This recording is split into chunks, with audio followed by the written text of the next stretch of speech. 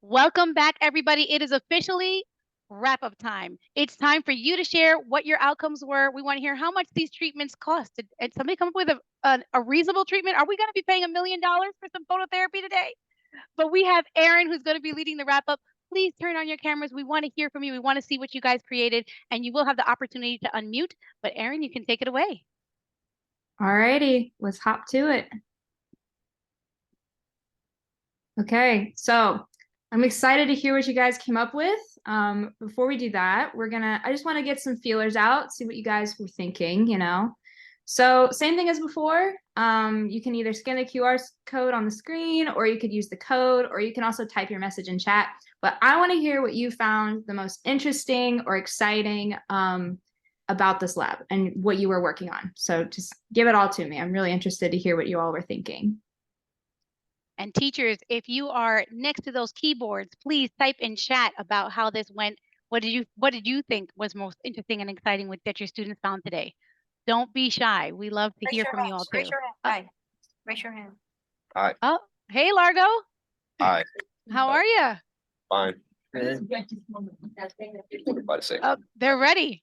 Yeah. Wanted to explain what we did and how we went through the whole process of Sure. the thing. All right. We'll go for it. Okay, so as a team, what we did is so we had the little strip of paper and we used the light and the ruler to measure like the distance of the UV light. Yeah, and after we measured the distance, well, before we did that, we measured the diameter of the UV light so we could see how far it goes on the body. And then we drew the person thing. Yeah. And then we cut out the circles and put it on top of the person and saw like how many times they would fit. So the measurements we used were 8 inches, 6 inches, and 2 inches to measure. Yeah, and I was gonna say that time we used to measure the UV light was 10 seconds. Our measurements was like 2, 6, and 8. And after that, we did all the calculations. We used the formulas you guys gave us on the slides, to do calculations for everything. And then we put our duration time and everything into the slides. We filled out all the answers and everything. Yeah. Great. So how many lights did you end up using? Yeah, lights. Like, so in your treatment, what configuration of lights did you think would be like the best? We said 54 lights. Okay. But we used different ones for the sizes. Okay. Gotcha. That makes sense. So, so remind me again, you probably said it, but how long did you have the patient be exposed? What time did you end up getting it down to with that many lights? For each light, it was 10 seconds. Like together. Oh, like all together? All together. Oh, Check the slide. that would be like, It was a little well, over. I'm not really sure because we did like increments of 10 seconds. So Yeah, that would actually make sense, right? Because you would have, if you have each light going for 10 seconds, right? And you would theoretically have your patient, like you'd have them like laying down, right? And you'd have all the lights going simultaneously. So if you got it down to like 10 seconds of just treatment time, that's actually insane, because that's like really, really good. Because then you just like, you have like a patient come to the doctor's office, right? And they just like get a treatment for like 10 seconds. You're like, that's pretty amazing. So good job, guys. thank you. Thank you. What did you find the most challenging while doing this? Calculation. Yeah. Calculations? Yeah, that's fair. That's fair. Well, like I said, really good job. Happy that you guys shared your results. It was really, really good results. Thank you. And thank you for being first and being brave and coming to share with us. Love that. Thank you, Largo High School. Amazing. All right. No problem. All right. Anybody else? I mean, looks like they're ready to share, Erin. Yeah. They want to jump right in. I'm happy about it. All right. Does anybody else want to go? Oh, Maria Regina, I saw them. Let's spotlight you guys. There you are. Hi, ladies. Good afternoon.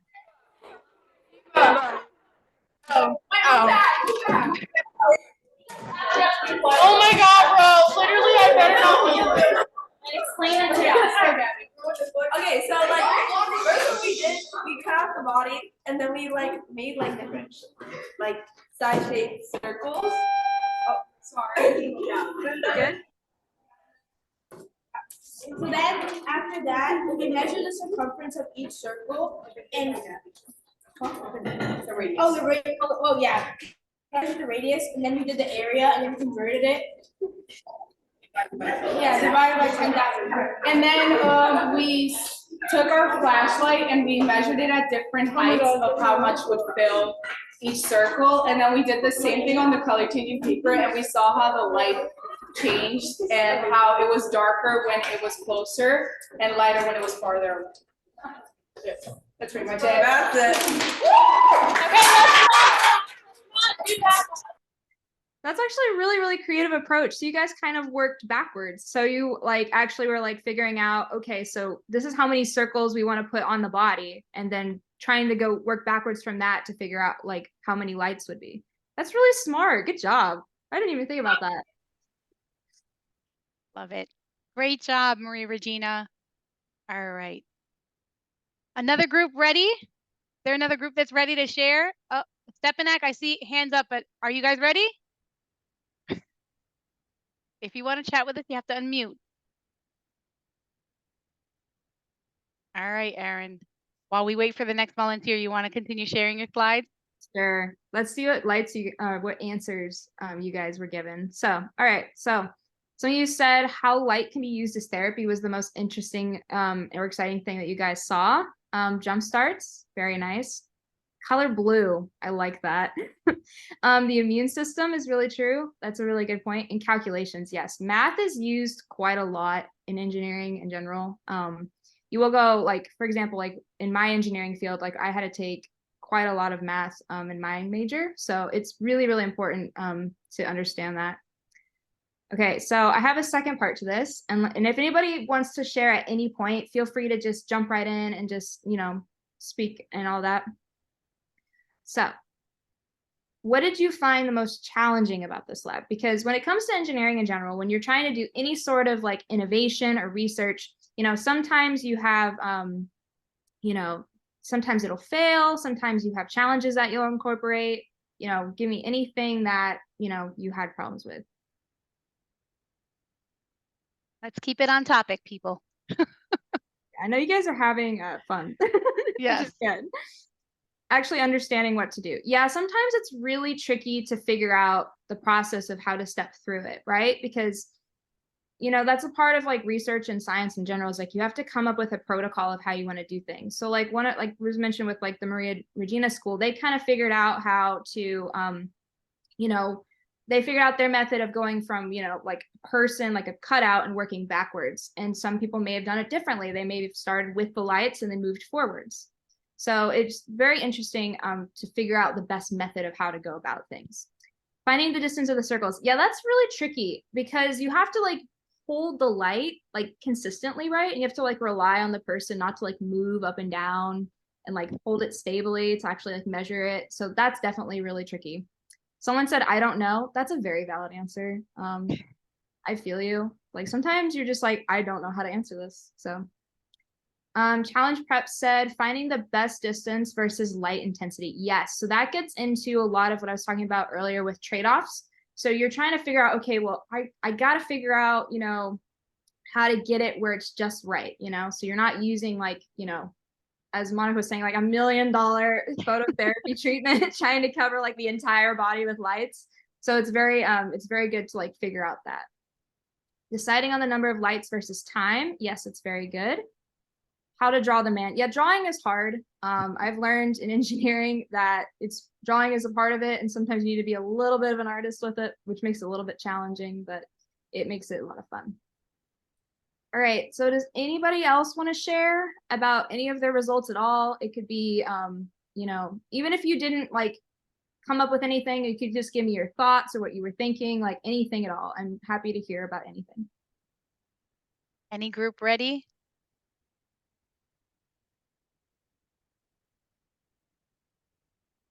If you are ready, you can unmute and we will just spotlight you for everybody so you can share.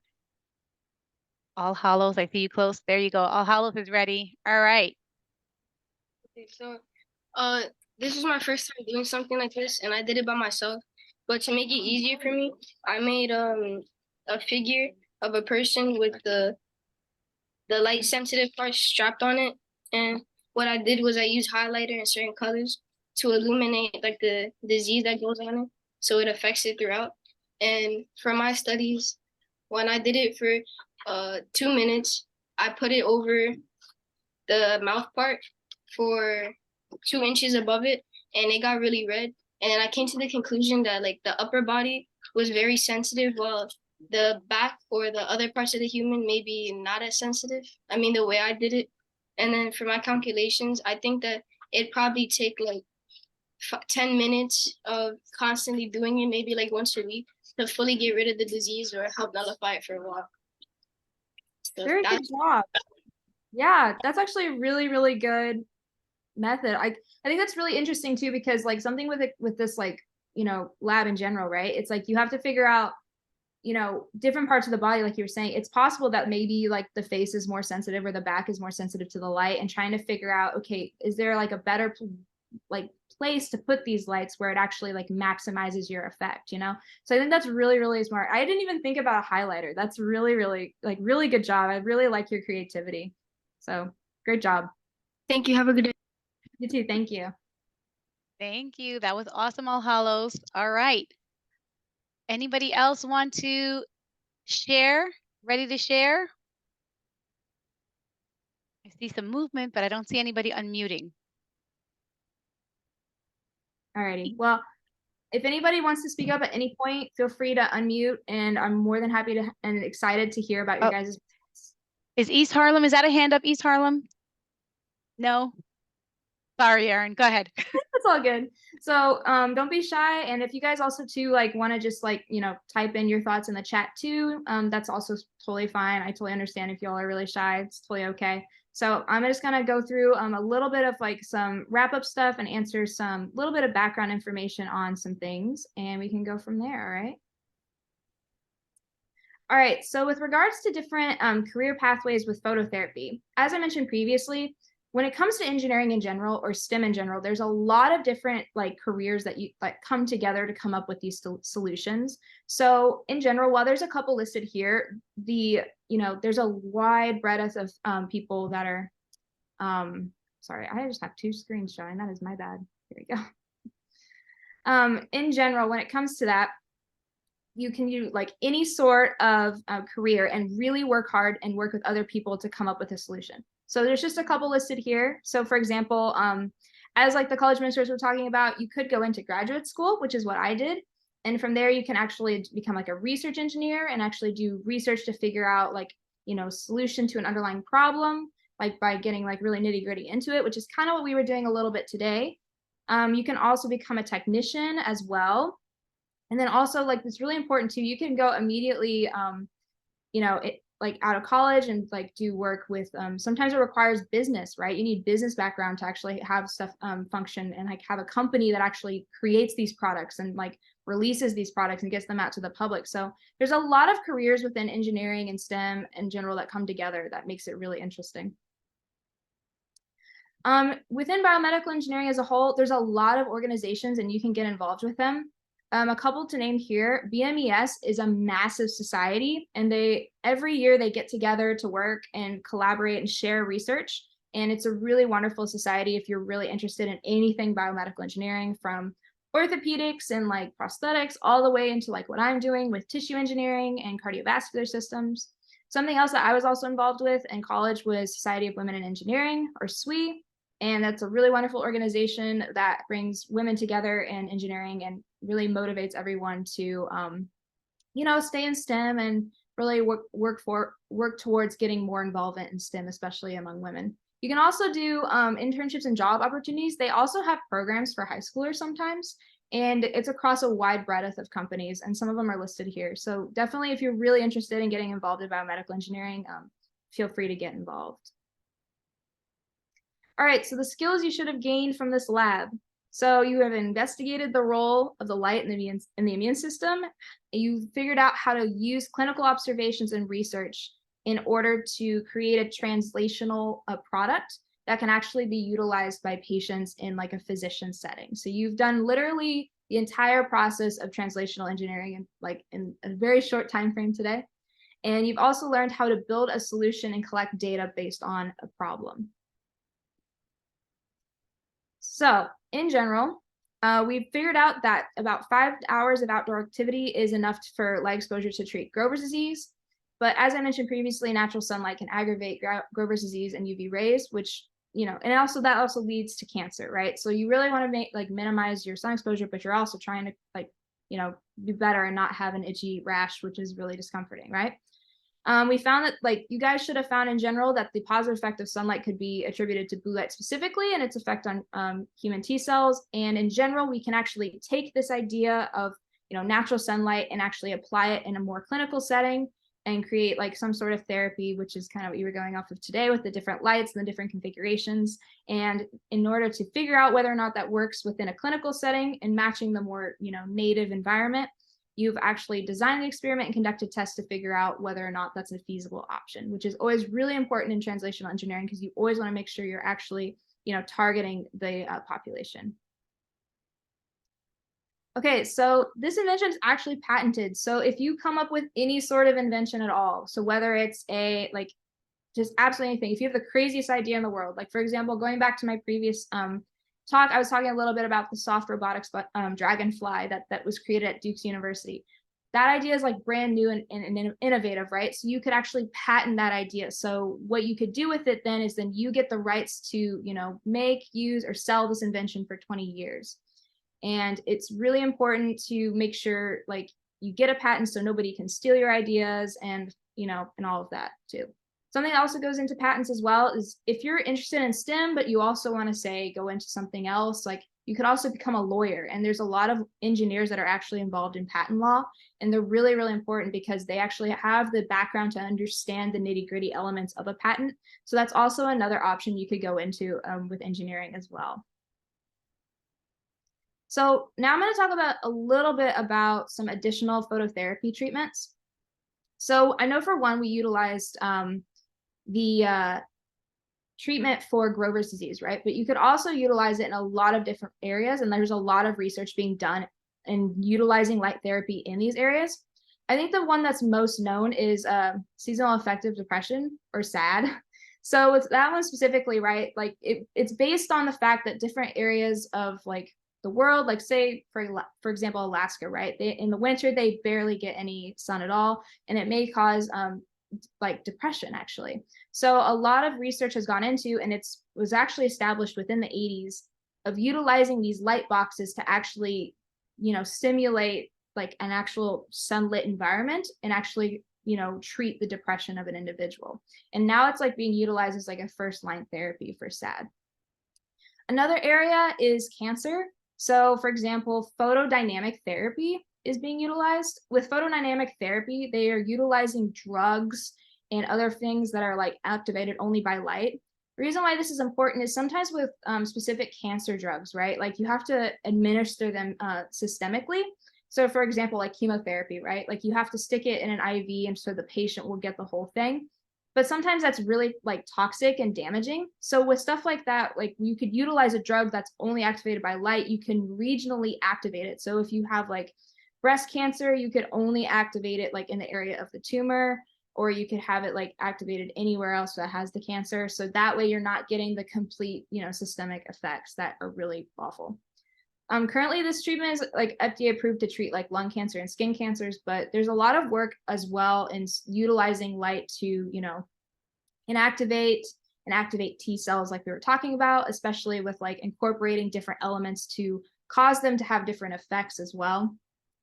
And then there's also been some research surrounding its use in autoimmune diseases. So a good example is with psoriasis, which is another type of skin condition, and alopecia, which is where the immune system attacks hair follicles. And specifically in this case, they utilize a lot of different things with utilizing UV therapy, but it might be better as well to get into utilizing other different types of light, kind of what we were talking about today, that actually may help treat these conditions, all right? So this is kind of what I was talking about earlier. You could utilize as many different things as you want with engineering, and you knock it out of the park as everybody comes together to actually solve these problems. So if you wanted to go into absolutely anything, you can, and you can really like try to figure out the best course of action to actually make these treatments. So that's all I have for you all today. If you have any, does anybody have any questions at all, or does anybody want to share anything at all about, their experience or anything of the sort before we are good to go and move on to our keynote speaker? If you're not ready to share what you did today, we are open to any questions you have for Erin about her background, about the experience today. Please do not be shy. Teachers, get on those keyboards and start typing and engaging with us. We want to hear from you all. What did you guys think about this lab? Please hop in and ask Erin a question.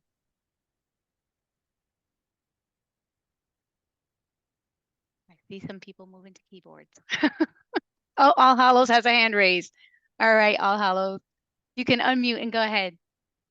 I wanted to say that the experience was really fun, and I think it was unique.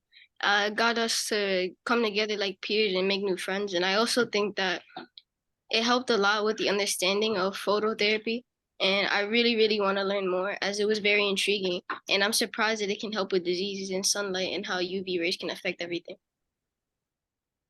Yeah, I'm really happy you had a really great experience. And like, there's like a lot of diseases that potentially could be impacted by that. So like it's amazing what you can do, and the amount of research that anybody could do with, light in general and like treatment is really, really fascinating. So I'm really happy that you found it really interesting. Well, we have some comments in the chat saying how everybody had such a great time and learned so many new cool things. So this is the whole goal of what today is about. So thank you for those comments and for enjoying your day today. And again, we have some time if you have some questions for Erin. Anybody want to hop in there with some questions? Don't be shy. Thank you, All Hallows, for stepping up. Appreciate that. Just to follow on with what Erin and All Hallows was talking about, as I was talking with my neighbor about this particular lab, she was telling me that she was getting this light treatment for a type of skin problem that she was having on her face. And I was like, how incredible. I know someone physically who is actually using this therapy as well. And I just thought that was such a cool thing that you guys get to do in high school. You guys are learning so much. It's so cool. Alrighty. Well, if everybody, like you said, at any point, if you'll be like sharing or asking questions, feel free. But right now, I'm actually going to introduce our keynote speaker, Mr. Bill Woodburn. After a 23-year-long career at GE, he is now a founding partner at Global Infrastructure Partners, an investment firm that funds the development of energy and transportation projects internationally. And in general, his work is very much representative of purposeful translational STEM research, which is kind of what we were getting in today with the phototherapy, mainly because it really impacts the lives of individuals around us today, including all of us gathered here today, because he actually founded Engineering Tomorrow with the mission of making engineering accessible to, all of us.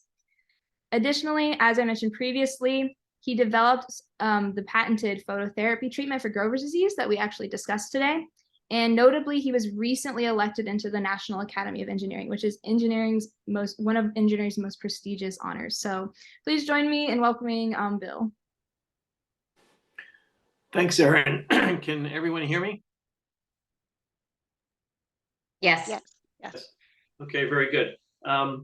I'm really proud to be here today and to take time to walk through this whole topic of being an engineer and phototherapy and what a future career might look like. I just want to remind everybody, this was a real live example of engineering in that this is a true story. I had Grover's disease.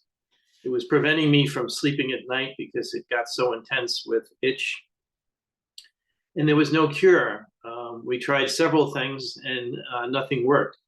So I'll walk you through some of the reality of what it was like to have this disease, knowing no one's working on how to fix it. Unlike Erin, I'm not a biomechanical engineer. I had no real biology at all in college. But the engineering skill, understanding math and basic principles of science can be broadly applied. And this is a good example. I was a mechanical and then moved into chemical engineering. I had no involvement in the medical field. So this is a true story. And what I'm going to do today is I'm going to talk a little bit about the device, how it came to be. Then I'm going to talk about my educational background briefly, my career, and then answer some questions. So it's a little different twist from what Erin was doing, which was more of the technical work. And just have fun with it. Write down your questions, send them in. Any question is a good question. Don't feel bashful. And the more you can make it interactive, I think the more fun we can have.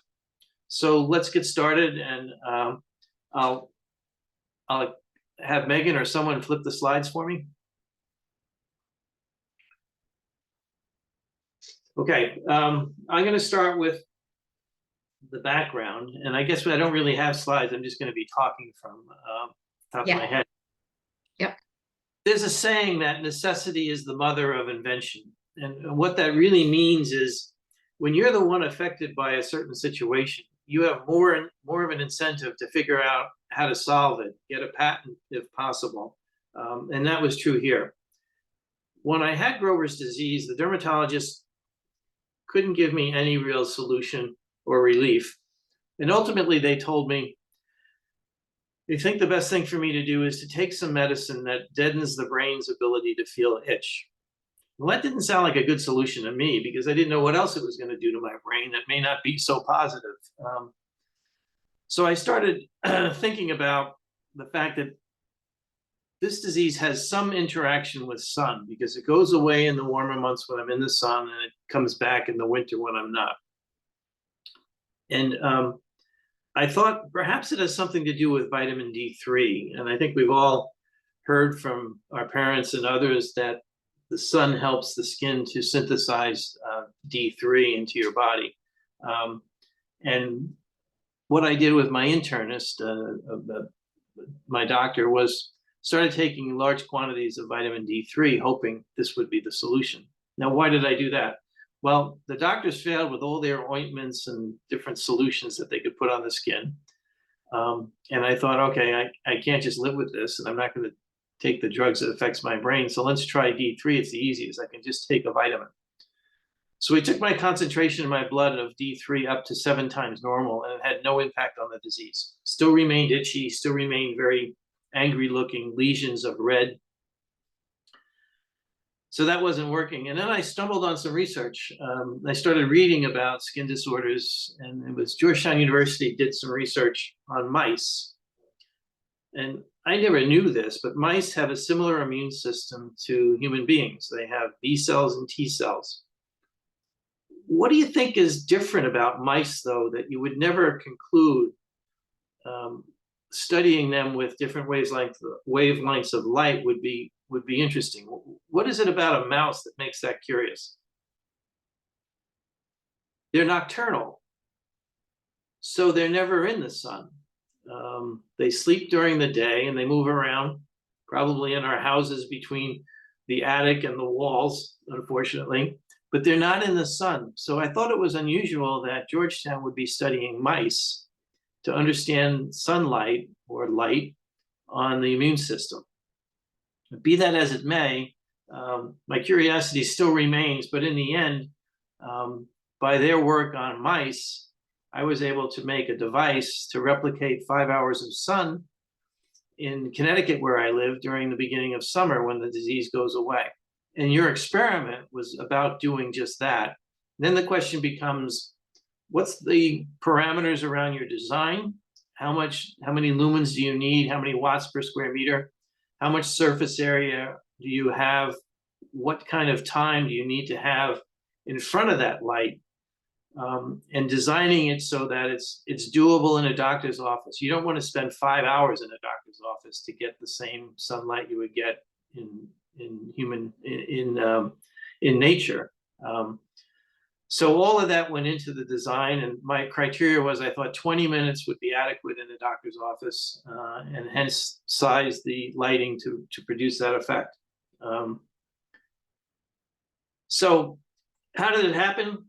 Trial and error, which is a frequent tool used by engineers. I tried vitamin D3, I tried all the ointments, and then I had to build a machine, a device to mimic the sun in the winter, and that finally worked.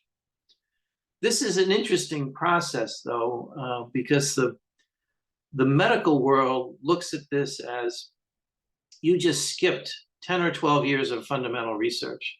They would research what's the exact mechanism that happens with the T cell. What does light do to stimulate the T cell? What photometric or biochemical reactions are occurring in the body? And then what's the mechanism around which those T cells get improved, both in terms of their activation and in their functionality?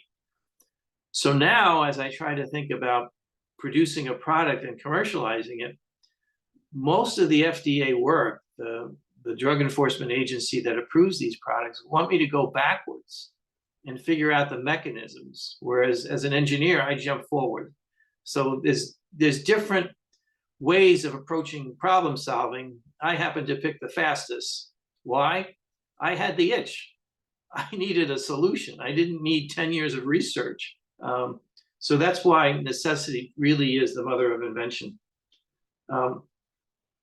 So there were several design parameters that I think you saw in the study, but I just want to highlight them so that we capture all of them. One is matching the irradiation of playing golf for 4.5, 5 hours in the Northeast. The second is, what was the right wavelength, the 450 nanometers? That was the optimal point I saw on mice. Humans may have a different optimal point, but that was the only data I had, so I took a stab at it. The other thing is I recognized I didn't want any UV and no ultraviolet light, no UVA or UVB, different wavelengths of the UV spectrum. Why? I didn't want any issues with cancer. And then the other parameter that I had to design around was the 20 to 30 minute time to be in a doctor's office. So these were the variables that I had to play with in the design of the device. So I tested myself. And what I did is I did 3 exposures over 5 days. So I would do exposure Monday, let's say, no exposure Tuesday, exposure Wednesday, no exposure Thursday, and then exposure on Friday. And lo and behold, the rash went away. So I thought, gee, I must be on to something, because that's pretty quick and it was pretty decisive. The difference was remarkable. And most importantly, the itch moved away. So then I did some clinical trials with Northwestern University, where I went to graduate school. Again, not for biology or any medical field, but good common sense and understanding of physics and math and science was helpful here. And Northwestern did a clinical trial with 10 patients. 9 of them had Grover's. The 10th one had just a general skin irritation. Turned out all 9 of the Grover's disease patients were greatly improved using the medical device that I had proposed. The thing we need to do now is to think about, how do you bring this device into commercial reality so people can use it? So if your parents have Grover's, how could they get to use this kind of a device? Or how could a doctor provide the use of this? So we're looking at a combination of getting approvals from the FDA so that it's agreed as a non-threatening, safe solution, and then either talking to small companies or medium-sized companies that might be in the same business of phototherapeutic light. Maybe they have a UVB system for treating some other skin disorders. Maybe they have blue light. Like Aaron was talking about, they have this blue light system, photodynamic treatment, PDT, for skin cancer on your face. And also, it's good to work with existing companies that are in the same market, have similar products with the same distribution system, same customer base, same sales force. So these are the things that you evolve into as you start to think about commercializing a product, from the research side to the engineering design side to now, how do you get it physically into the product, into the market? Aaron touched on some of the diseases that doctors think this blue light might affect or improve. One of them is parakeratosis. It's a skin disorder. A friend of mine had it, and his wife called me. I was on vacation. She was desperate because it was itching and hurting and really violently colored. His legs from his knee down looked like a rainbow trout. It had blotches and patches of red and green and blue. It was unbelievable how intense it was. He came to my house. I showed his wife I talked his wife through by phone how to turn the machine on and how to be careful with wearing protection for his eyes. And in 2 treatments, that rainbow trout-like glow of his legs went down to a gray. The itch went away, the pain went away, and he finally could get some sleep. So I think there's something there. There's another disease called atopic dermatitis. Infants get this at birth. It affects about 13% of the US infants that are born every year. And it's basically a skin disorder that causes inflammation and rash and redness. And the babies are usually treated with some form of steroid, which isn't good to give even an adult, let alone a fast growth baby. So this might have applicability to have a solution that is not a drug going into the system. There's another skin disorder called tinea crevosis, and that's basically skin that are rubbing in athletic events wearing equipment. It rubs against your body and you form a rash, and that rash normally is treated with an ointment, and it's actually a fungus. Problem with that is when you have it and the ointment is being applied, it takes 2 weeks to go away, so you can't play your sport. This has been used, this blue light has been used to take care of that skin rash, and you can play the next day. There's some other autoimmune diseases that Erin mentioned some of them. I'll also throw in MS, multiple sclerosis, Crohn's, and certain forms of cancer, as she mentioned. One in particular is very T-cell dependent, and that's pancreatic cancer. So there's a lot that this phototherapy treatment can move into over time. The key is to develop it further and have some commercial activity to really show patients improve lifestyle and improve health benefits, and then it will take off. I thought I'd show you what a patent looks like, and then I'm going to go into I'm in the basement of my home where I have all this equipment that I've set up, and I'm going to move next door, and I'm going to put the blue light on and show you what it looks like. But here's what a patent looks like. This is the cover. You get it from the US government. Anybody know how long a patent lasts for a device? It's 15 years. And the reason countries, not only the US, offer patents is to protect the invention from being copied by others. And they've concluded between 15 and 20 years is about the protection time that's necessary. And what they're trying to do is give inventors an incentive to invent and protect their inventions, so they have a number of years where they can have unique aspects of marketing them and profiting from them. And then after 15 years, it's available to the general public. Now, what's in a patent? I'll show you some of the important aspects. The first is a description of the invention. It's going to be hard for you to read. And you go through and you describe what the invention is, and then summarize what it does and how it does it. Then the next section for the patent is a literature search of what other inventions are out there, what other patents are out there that might be similar.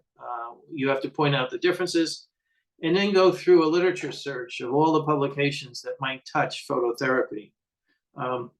Then there's a detailed description of the device. In my case, the detailed description is 1,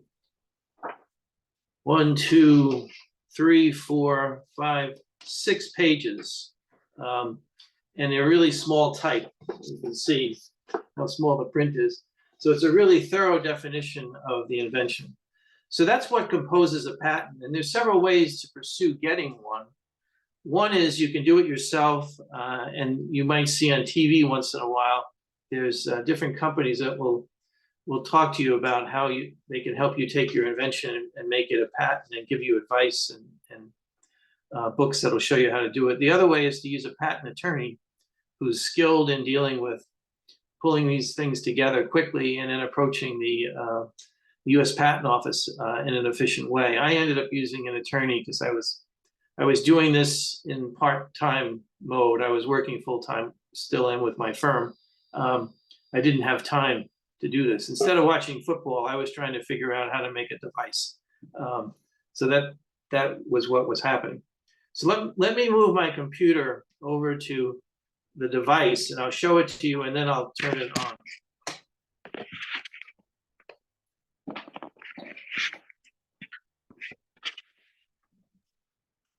I'm trying to see if I can find this up. Can you see this device here? We can see it. Yes. We can see it. Okay, these are aluminum fins.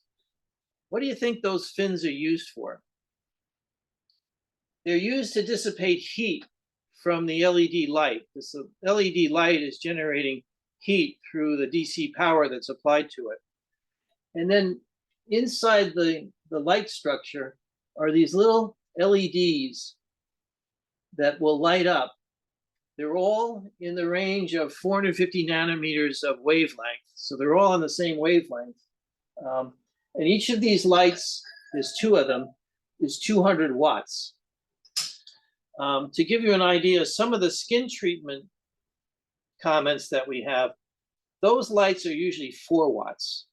So I have a system here of 200 watts. So I'm talking about 400 watts of light. Most applications of blue light are much smaller. The difference would be the difference between the light of a lighthouse versus your flashlight.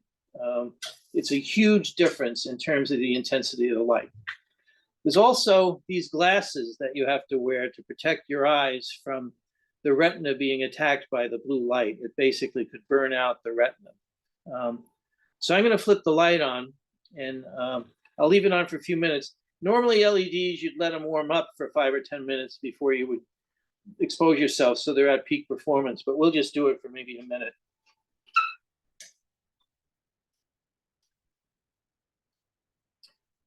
So you can see it's blue. You can see the arrays of LEDs that are being lit. And what I would do is I would stand in front of this light 4 inches away, and then I would turn and put my back to it 4 inches away. Now, one of the curiosities I had with blue light is, what material does it penetrate? Does a SPF shirt, a fishing shirt or a swimming shirt, block the blue rays from the sun? So I did some experiments with different kinds of materials to see how much of the UV blue irradiation hitting the fabric and going through the fabric, how much goes through? Is it 100%, 90%, 20%? And what I found is I'm going to turn the system off.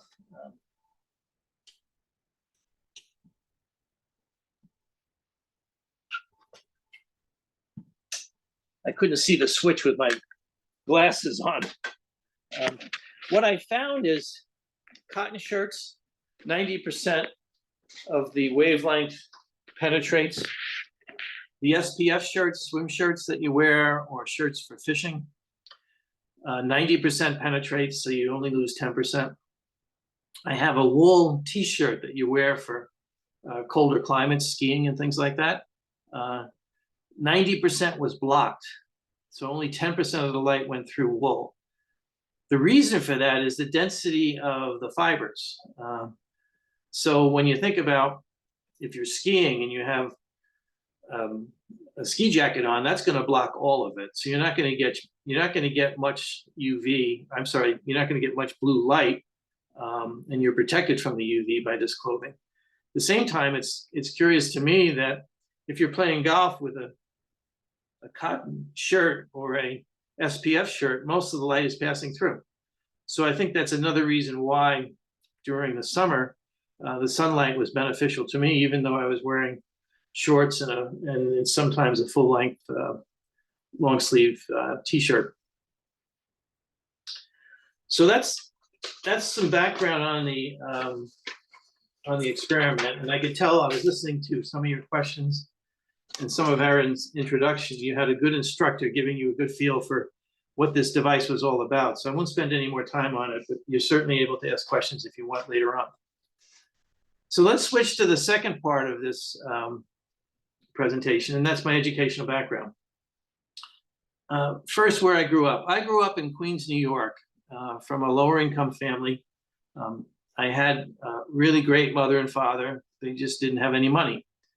We didn't have a car and we didn't have a house. We rented a house. And no one went to college in my immediate family and in my expanded family. It wasn't something that we even talked about. I had 2 sisters and a brother. None of them went to college. My brother didn't finish high school, actually. Neither did my father. So we weren't a very academically oriented family, and we didn't have much money. So what to do?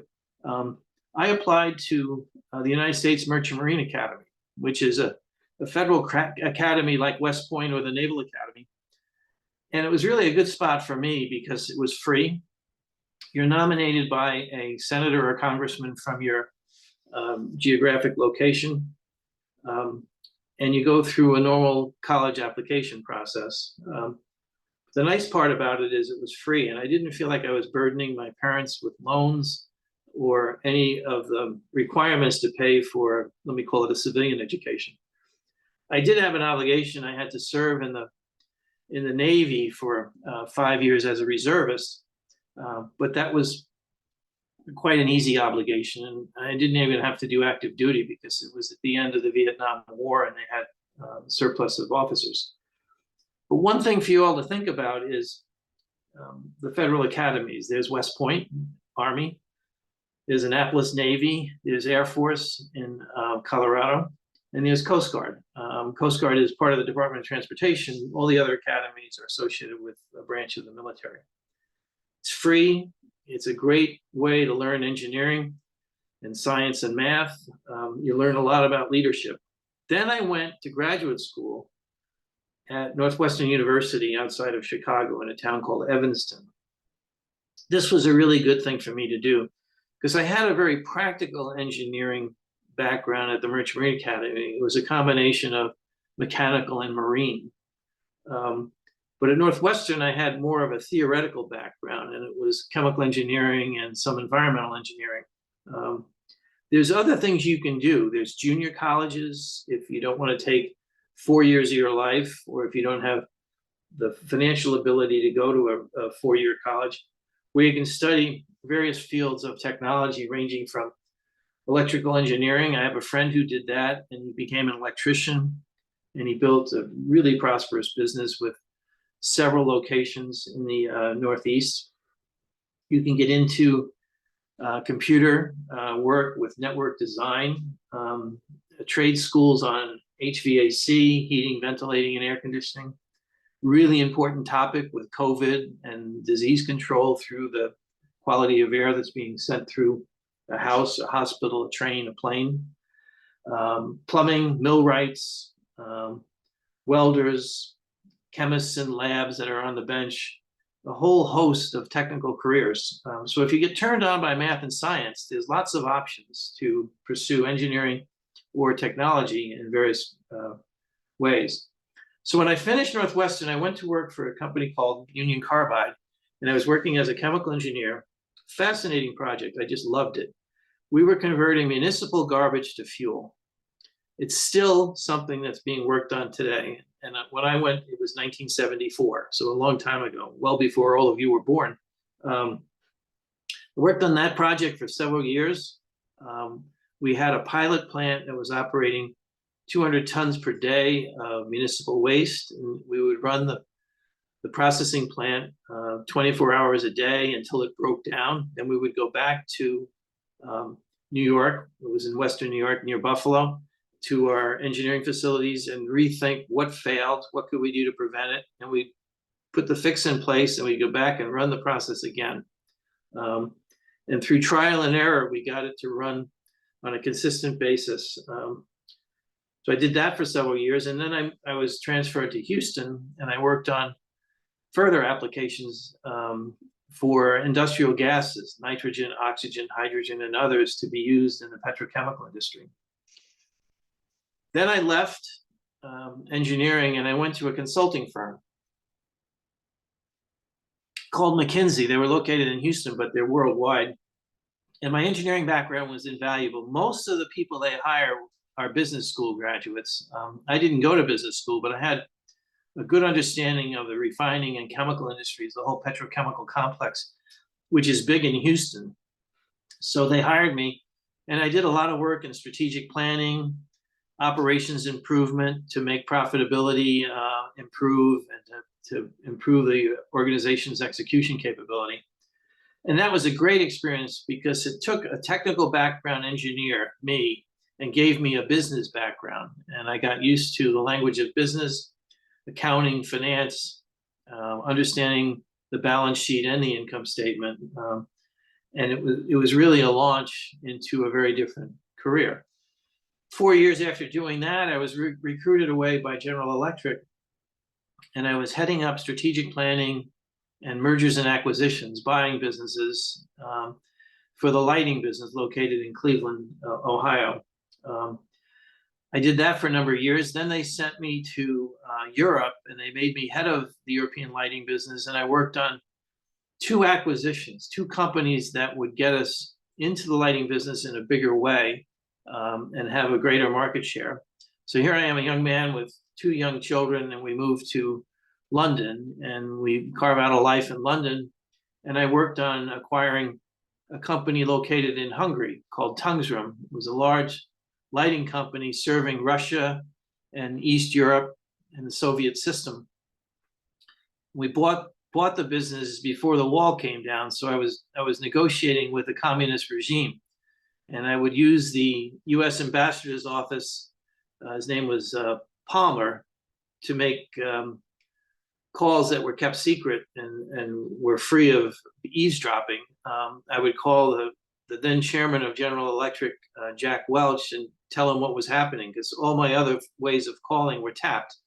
I could tell in my hotel room my lines were being tapped because you could hear a clicking signal all the time.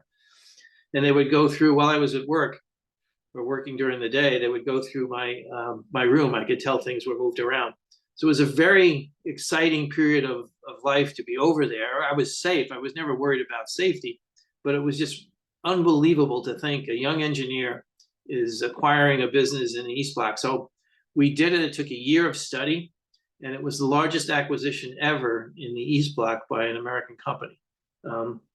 I think part of the reason I was able to do that was the engineering and technical background, that I understood the technology the company had, what we could do with it, how we could improve it, and how we could make more of that company.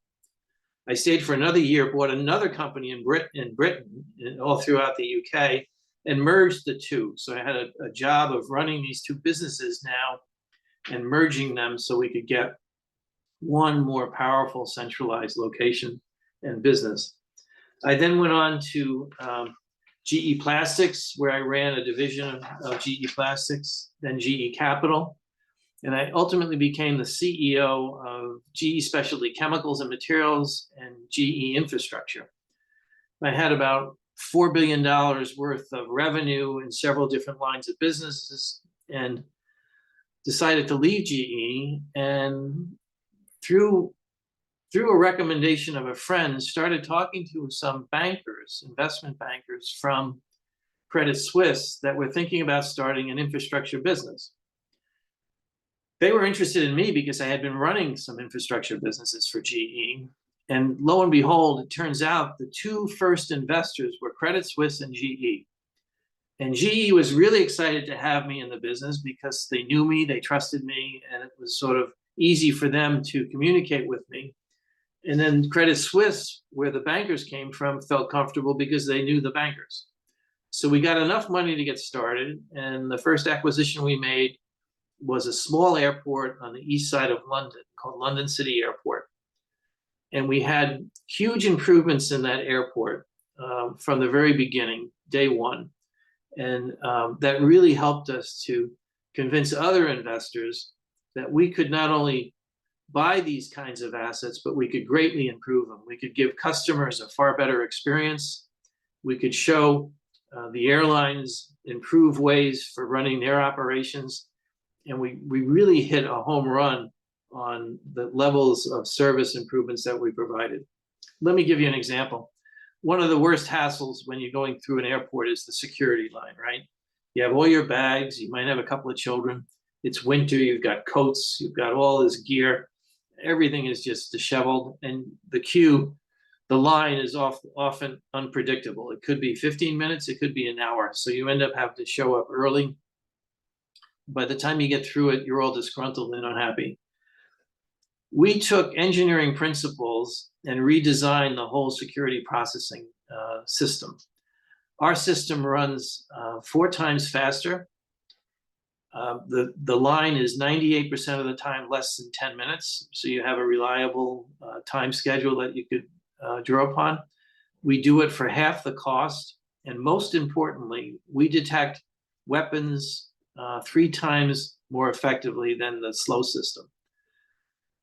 So what happened was the authorities in England came to see us and said, how could you go that fast and have better detection?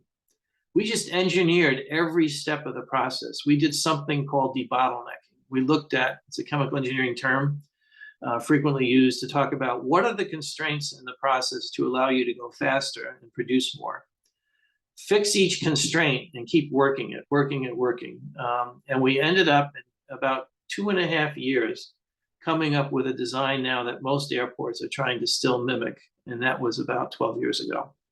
So engineering became the foundation of our improvements and our source of opportunity for making infrastructure assets provide better service to their customers at lower costs and improve profitability for the shareholders.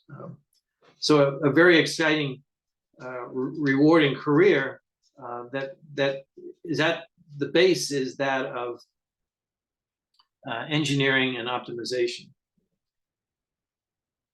So then I started thinking about, given the success of my firm, how could I do something for society that would allow more kids like me, underprivileged at the time, to know about the field of engineering, to know about studying at a 2-year college and getting a technical background.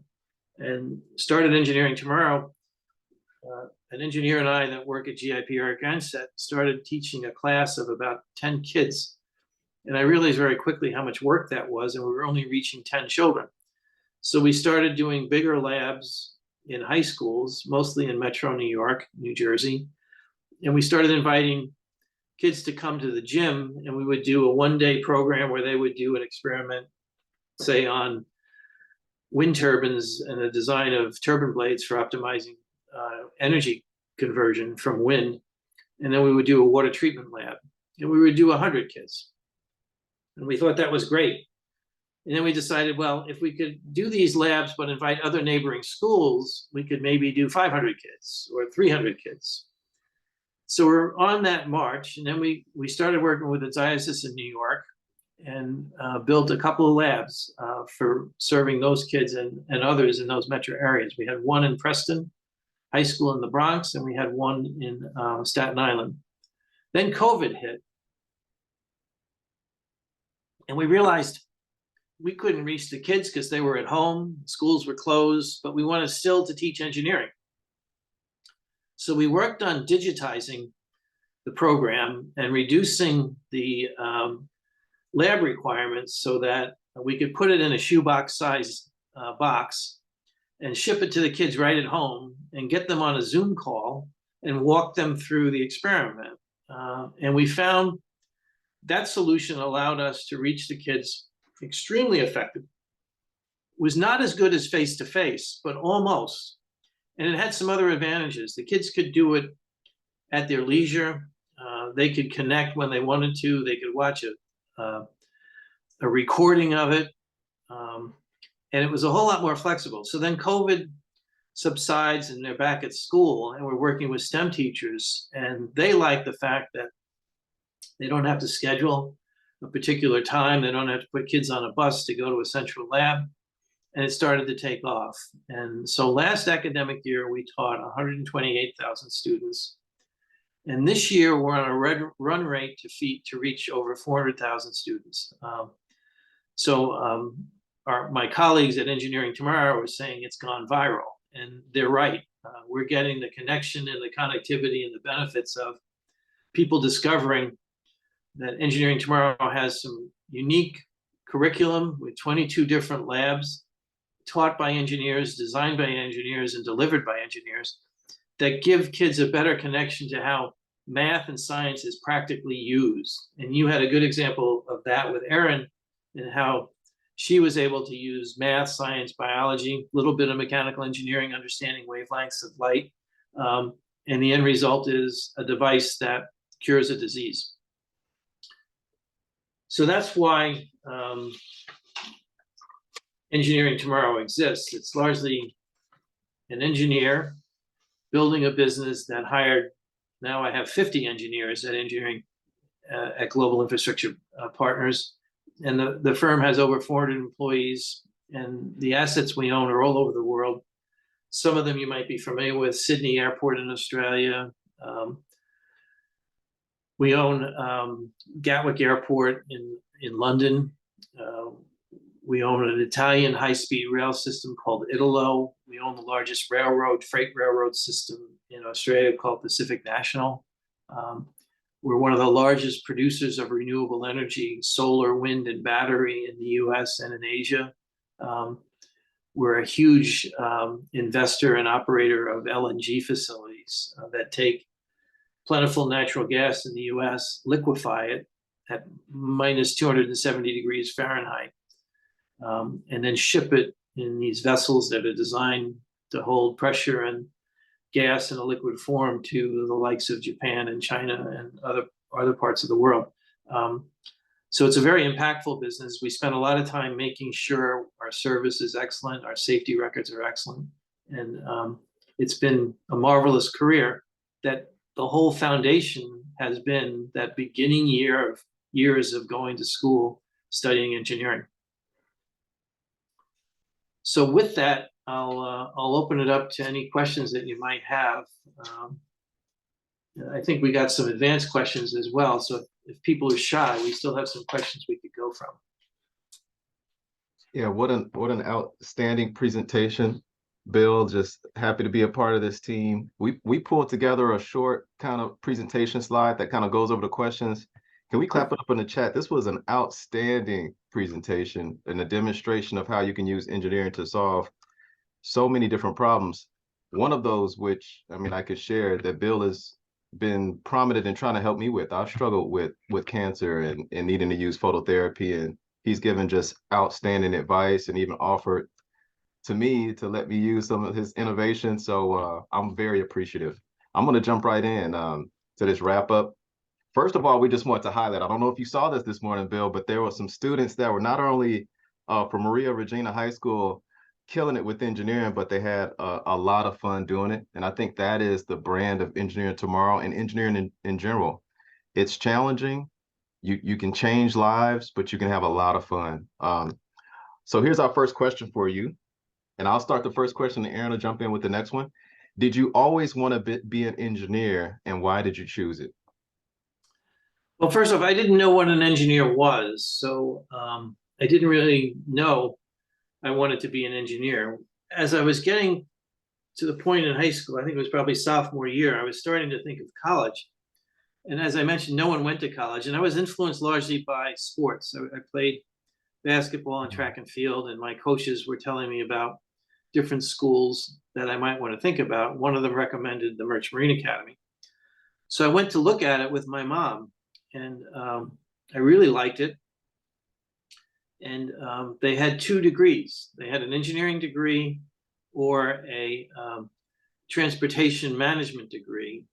You essentially could become a ship's captain, transportation management, studying how to be a sailor, or you could study to be an engineer.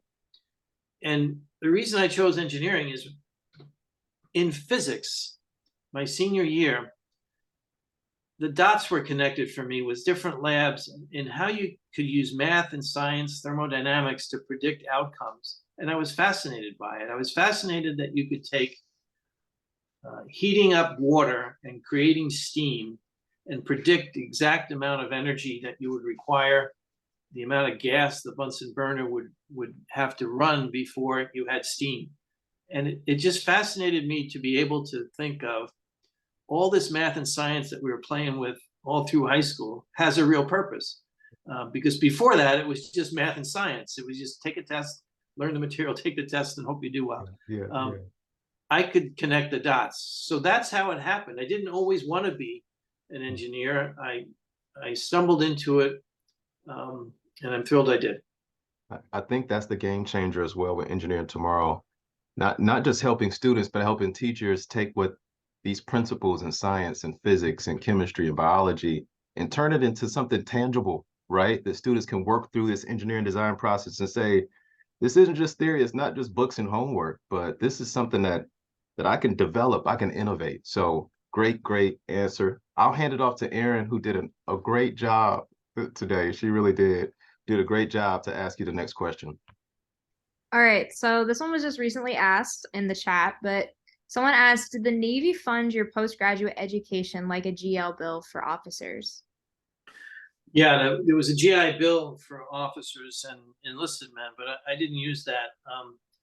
I got a scholarship from Northwestern University that included free tuition, and then doesn't sound like a lot of money today, but it was enough where I could save half. I got $400 a month to pay for room and board and general living conditions. And I'm a very conservative guy. I would save 200 and I would spend 200. And I had a small apartment that cost 100 a week, 100 a month. So I lived like a poverty person in this apartment house in a not so great section of Chicago, but I had enough money that I didn't have to borrow a penny. Very nice. That's great. And I'm sure this is going to be a tough one. You've had an outstanding career, and I know Engineering Tomorrow, this is your baby, but what is one of the proudest accomplishments of your career, and how did you use your creativity to achieve it? I think the proudest thing is the work we did when we bought Gatwick Airport. It's an airport about the size of LaGuardia, for those of you that are in New York and have flown through LaGuardia. So it was big. It had 2,000 full-time employees working for the airport, 20,000 people working there with the airlines and the ground handlers and the various other people. So we had a workforce of, let's call it 22,000 people. And we wanted to change it. We wanted to change everything from where we parked cars to checking in the facility, going through security, the retail operations. We even wanted to improve the efficacy of the runway. What I mean by that is at peak periods, allow more planes to land and depart than their history had been. This required a lot of change management because we're changing 22,000 people. And we attacked it over several years with different engineers. We had a mechanical engineer, we had several chemical engineers, and we did a lot of work to dissect each process the airport was pursuing and optimized it.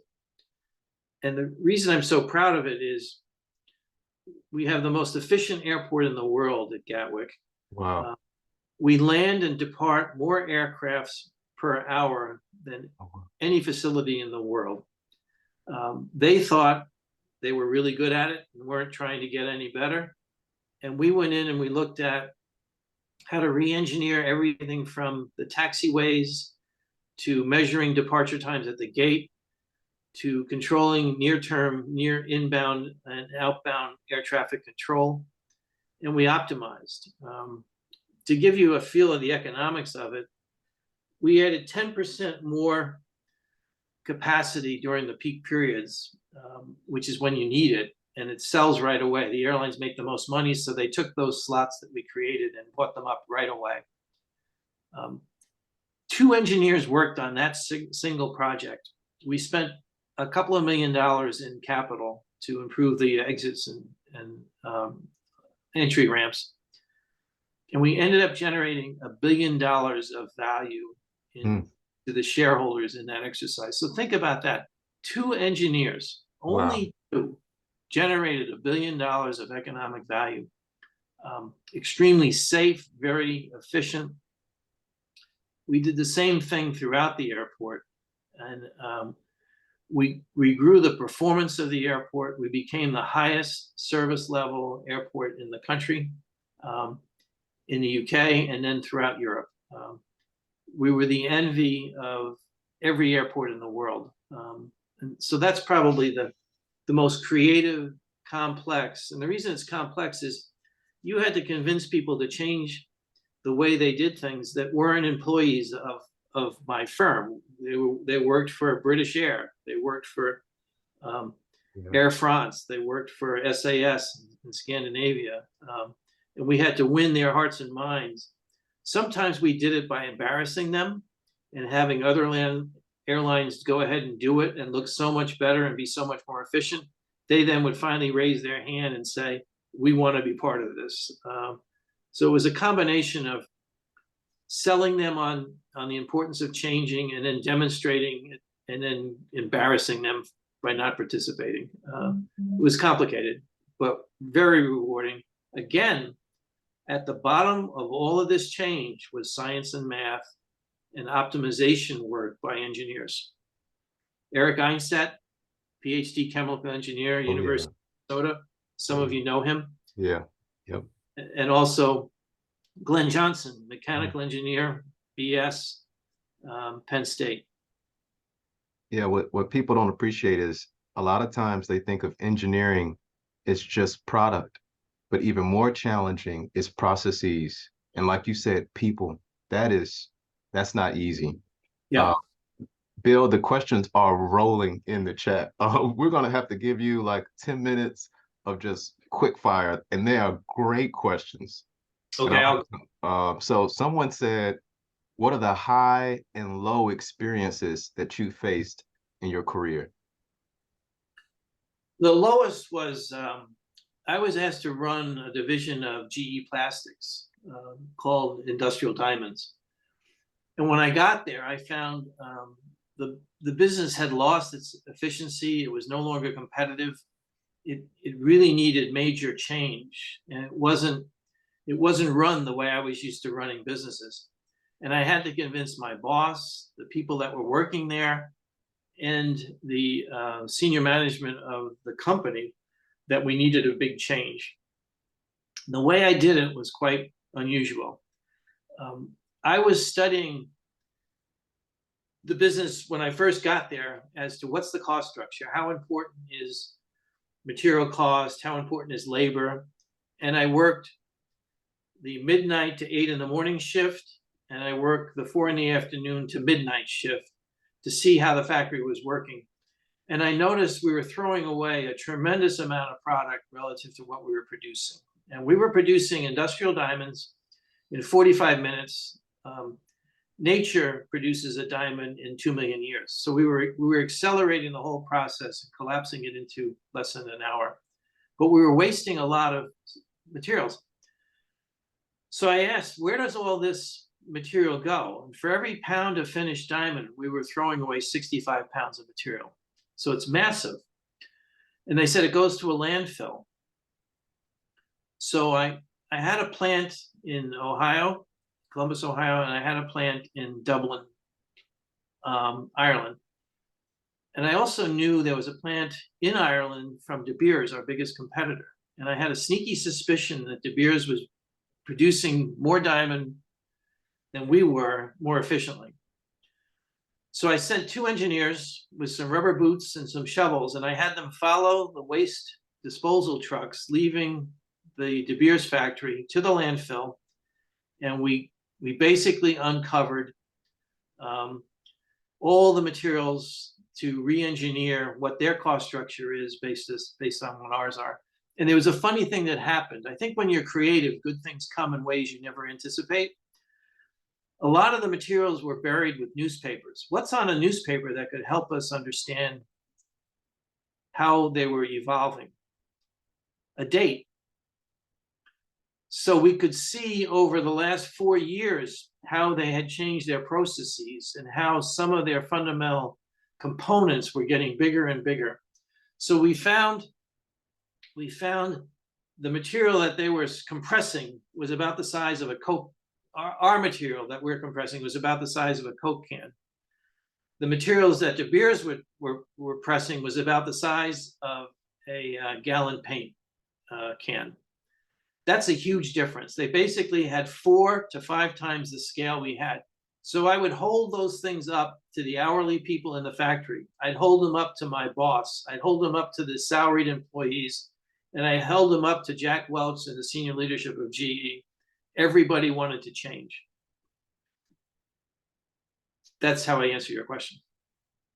That's great. Very nice. So there's also another question a little bit about, you know, your experience with Grover's disease. So the question is, how does the disease feel?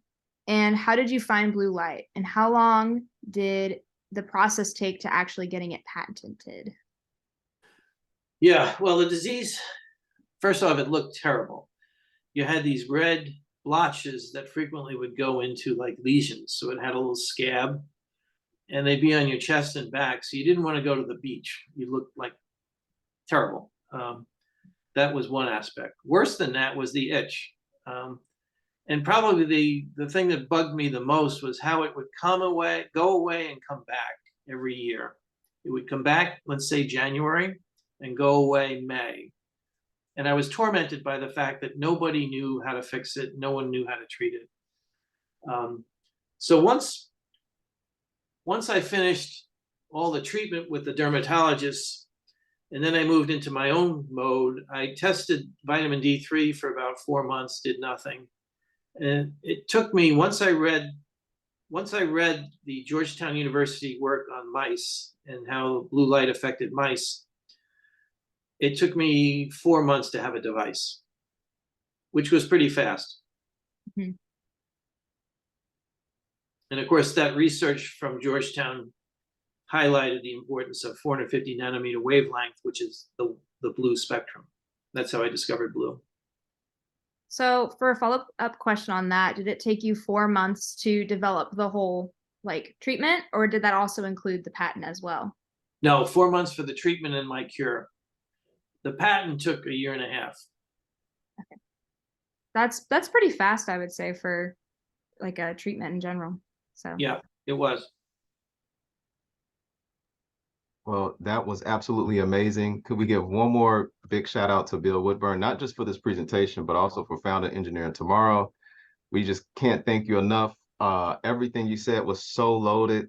So I took a couple notes. Here are some of Bill's tools.